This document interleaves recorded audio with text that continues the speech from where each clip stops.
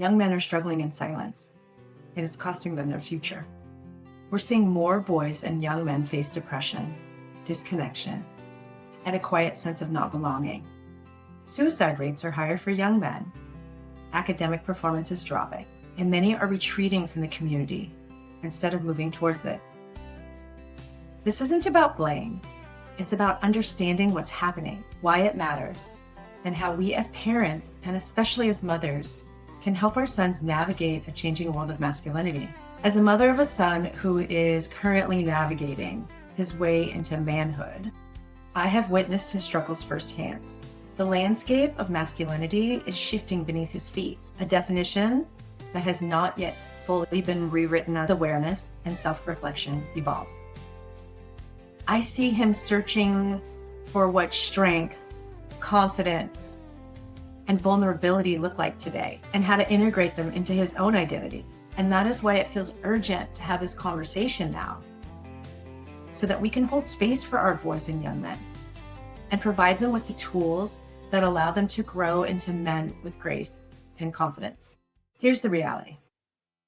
While young women in this generation are gaining emotional language, autonomy, and empowerment, many young men are left without a clear roadmap.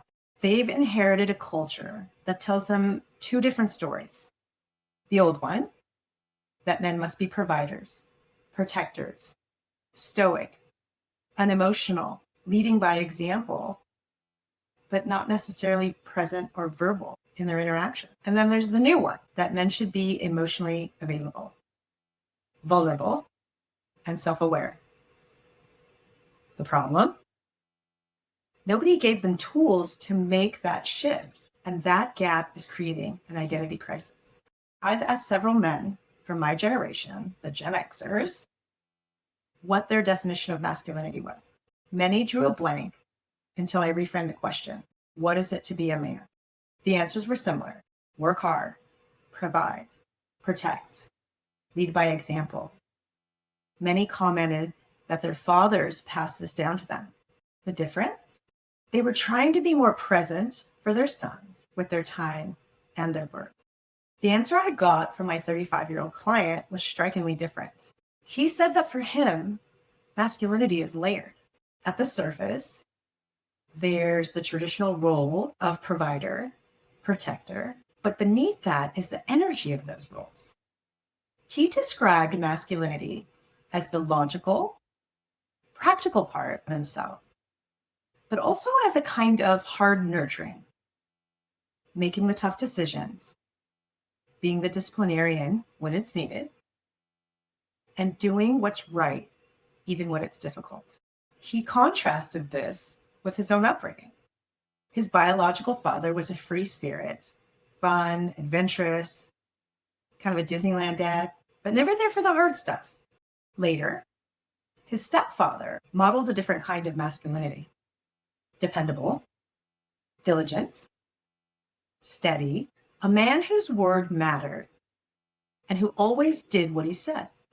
From this, my client drew the value of integrity, dependability, and unselfishness, qualities he now sees as central to being a man. Looking forward, he told me that when he has his own family, he believes the key is authenticity. If I do my own work, then I can be myself with them. If I'm inauthentic, that's when things get messy. For him, masculinity to pass on to his children, sons or daughters, means respect, integrity, and responsibility. It means doing the hard things with love and remembering that respect, once broken, is hard to repair. His reflections show a generational shift from masculinity defined mostly by provision and stoicism to masculinity defined by presence, character, and relational strength. And when I look to my own son's perspective, I see yet another layer emerging in this generational shift. I had a conversation with him. He's almost 20. His perspective, although still forming, mirrored my 35-year-old client's in some ways. He wants to finish his degree, so that he has opportunities to work and build financial independence with the long-term hope of supporting a family one day. Though he said physical strength was important, he also said that in moments of protection, he would choose his words over his fists. He described himself more as a diplomat. I sense that he's more focused on being a good human rather than fitting into some outside definition of masculinity. And I like that. I know from being his mother that he already has emotional intelligence and can express himself when he feels safe to do so. And I know that I'm his safe place, which is why it's up to you men, role models, the mentors, the coaches, the teachers, to help shape and normalize true masculinity as he continues on his path. To our fathers and grandfathers, being a man often meant being strong, silent, and in control. But now the definition of masculinity is shifting, and many boys are caught in between. They feel pressure to be both tough and sensitive, both leaders and caretakers. Without clear models, this can feel impossible, and so many shut down instead. That's where failure comes in. We need to normalize failure, not as a weakness, but as a part of growth. The measure isn't success or failure. It's trying versus avoiding. When young men learn that failure is just information, they gain resilience.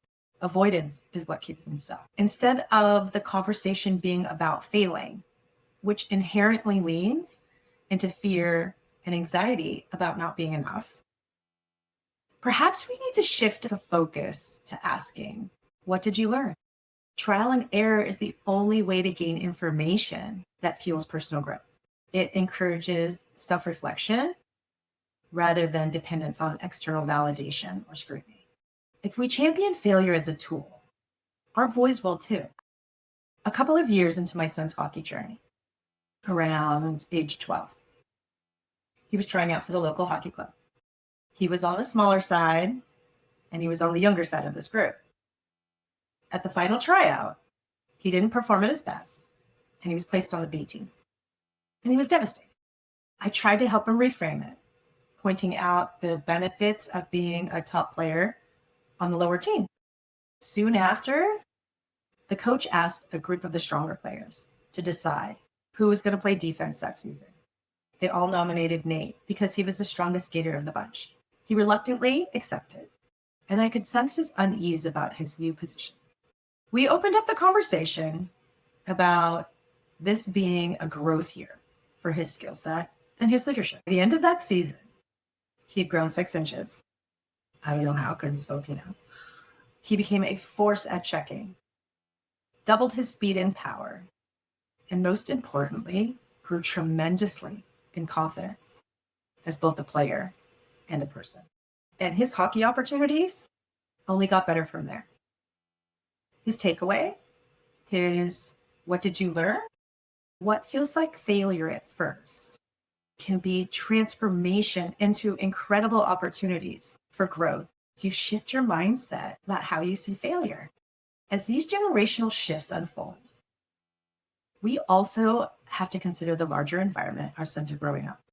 Layer on top of their internal struggle, the influence of social media, constant comparison, false belonging, highlight reels that make them feel like they're never enough, that they're behind, that they've been left out of success or happiness they see everyone else experiencing while they scroll through their phones.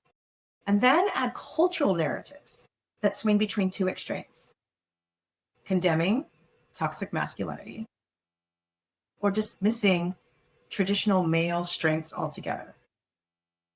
No wonder so many of our young men feel paralyzed. If every direction looks wrong, why move at all? And yet silence and avoidance only deepen the crisis. How do we find a healthy narrative that embodies the best of leadership without oppression and aggression, while also embracing emotional awareness and intelligence to balance out these extremes? On social media, the message to men can feel crushing. Be the provider, the protector, work long hours, and then come home to handle family chores. Stay emotionally present. Listen without fixing. Somehow, always know what your partner needs and do it all with ease. Oh, and you should be 6 feet tall, gorgeous, physically built, and charming. It's an impossible standard.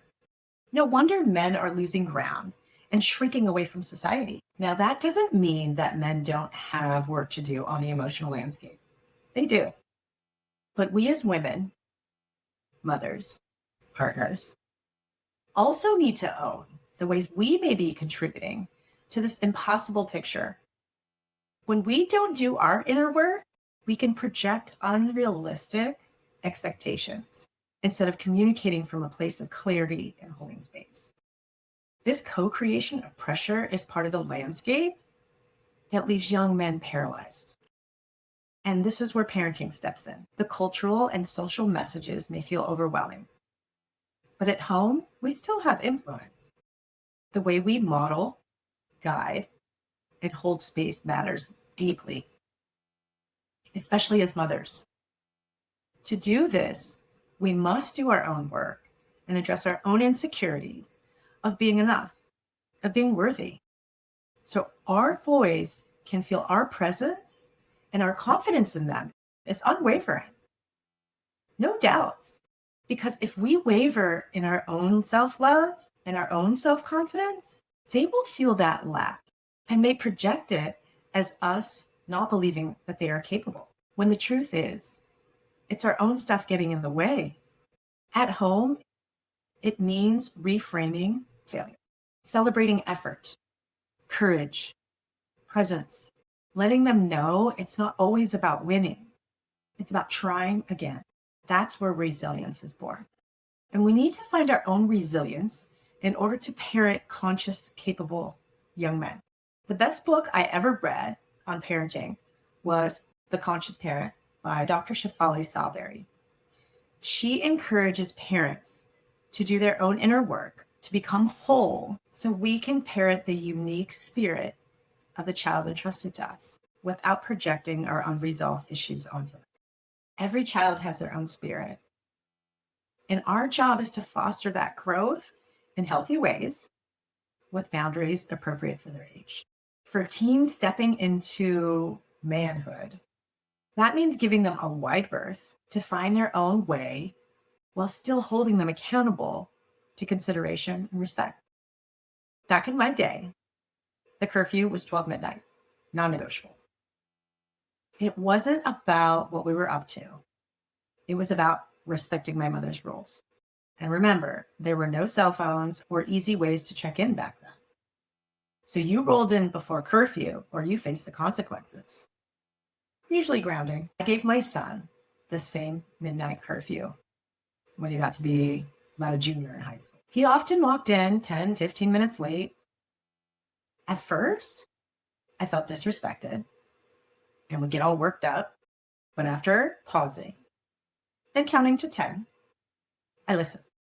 He explained that he was a designated driver and he had to drop off a few friends safely before coming home. Now, how can I punish him for being responsible? So I made a new rule. No set curfew, as long as I knew where he was and that he was being responsible. And you know what? He didn't abuse that freedom. He didn't stay out unless there was a reason. In fact, it made him more aware of communicating with me and taking ownership of his responsibility. That shift from rigid rules to conscious trust helped him step into manhood with both freedom and accountability. Now, there is another piece we can't ignore: the physical body. Here's the truth. Be physically strong enough that you'll never have to use it. That's the paradox of real strength. When a young man is grounded in his body, when he feels strong and capable, he doesn't need to prove it. His presence already communicates it. Physical strength builds confidence. It builds a quiet respect that others can feel. Friends, partners, even strangers. And that sense of presence is protective in itself. I keep seeing the topic of toxic masculinity show up on social media. I don't see a problem with encouraging our sons to hit the gym and build physical strength, to carry themselves with confidence. The real issue is when we fail to teach that with physical strength comes responsibility. The responsibility to protect those who cannot protect themselves and to use that capacity for more than just your own benefit. It's not about aggression.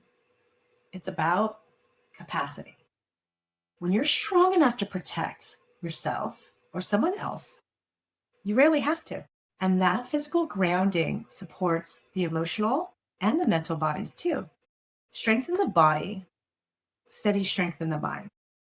My kids had to pick a sport when they were little, and they had to complete the season they started, even if they no longer wanted to play. Sports taught them more than skills on the field. They built strength, flexibility, balance, coordination, endurance. Just as important, sports trained the mind. Learning angles, spatial awareness, pushing through fatigue, trusting teammates, and believing in themselves. They also taught emotional regulation. And in those moments of flow, even kind of a spiritual presence and freedom. But sports aren't the only way to instill strength. Working out, taking on physical chores at home, or being given something to build or fix all teach resilience and capacity. Letting them figure things out, sometimes with a little help from a YouTube tutorial, gives them both competence and confidence through independence. All of these practices build physical strength that naturally creates a quiet, steady confidence that others can feel. And yet physical strength is only part of the picture.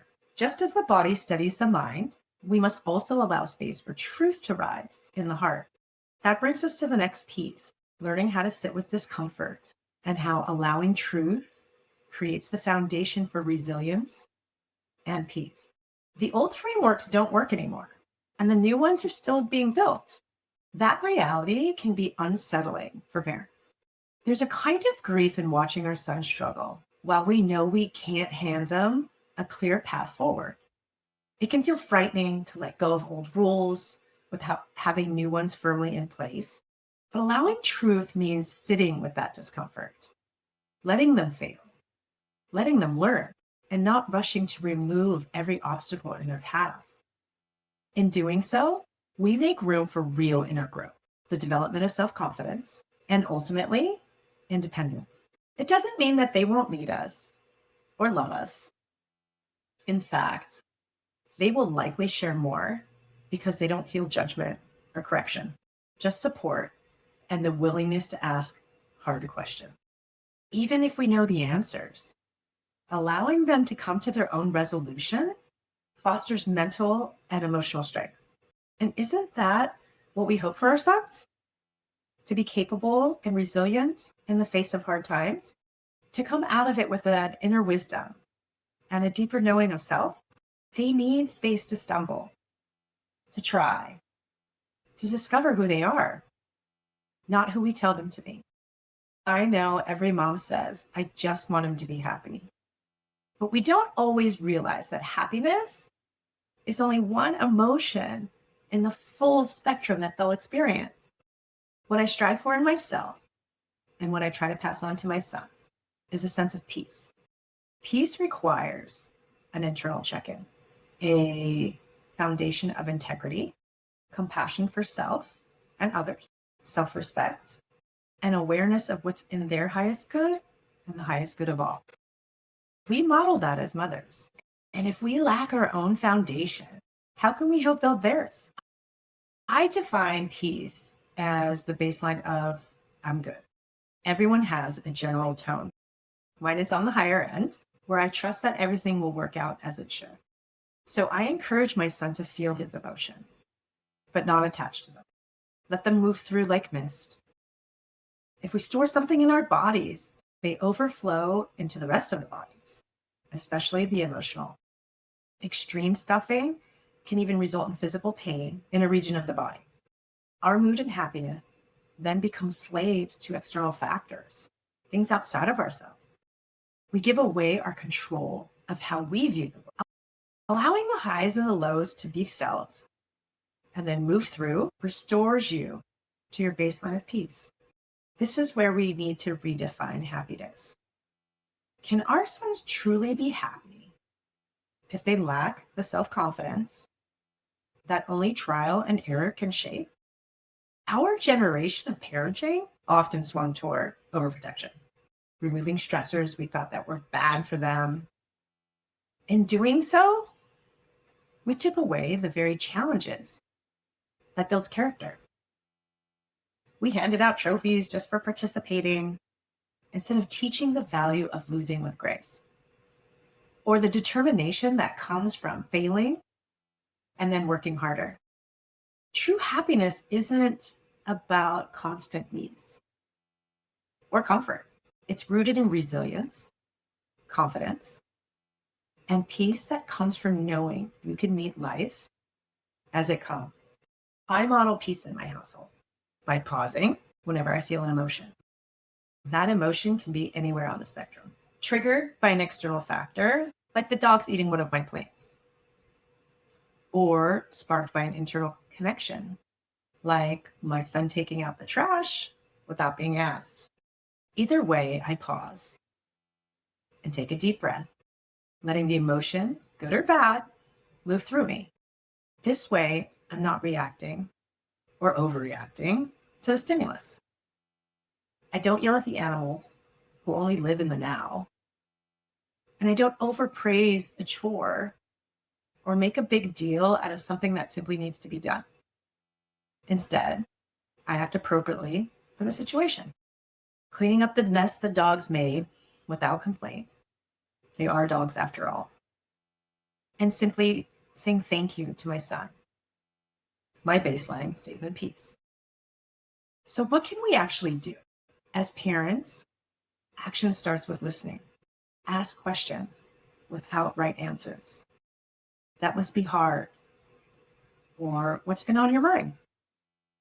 And then hold space. Don't fix. Don't correct. Just listen. Be their sounding board without trying to solve. What you'll often find is that through the process of expression, they will usually walk away with a sense of what they need to do. And getting to that solution on their own is a powerful tool for developing self-confidence, for knowing we believe in them. We believe they can do it. But if we continue to give them answers or to step in to prevent them from failing, we are doing a greater disservice to their ability to grow. While we still have them under our roof, our role is to hold space and gently guide their developing ability to identify and work through emotions without dismissing them in exchange for a quick answer. This builds the connection we also desperately want. This makes them want to include us in their thoughts and struggles. But beware of trying to be the friend. They need a mother, not another friend. So note the difference. In our communities, we can create spaces of belonging, mentorship, coaches, trusted adults. So young men see examples of strength that include presence and vulnerability. They need men to show them it's possible. And for young men themselves, action is trying without an endgame plan, not avoiding, not waiting for certainty, trying, failing, trying again, because resilience isn't built in theory. It's built in experience. And yes, encourage the physical body, build strength, not to fight, not to dominate, but to anchor themselves. Because when they are physically strong, they don't need to prove it. They carry it in their presence. This is the shift. Strength is not silence, and vulnerability is not weakness. Strength is showing up. Strength is presence. Strength is trying again, even when it's hard. Strength is being physically strong enough to never have to use it. When these young men start to shift You will first see it in their demeanor. They begin to carry themselves a little taller, with quieter confidence. Their emotions are no longer dominated by rage or anger, but steadied by a growing sense of self. The tone of their voice softens. Their eye contact becomes steadier. They start to engage differently with daily routines, helping out without being asked, showing awareness that extends beyond themselves. You may notice them talking more openly about how they feel if and only if they trust that you will listen without fixing or judging. Often they will emerge from their rooms and sit nearby, sometimes in silence. And this simple act is powerful.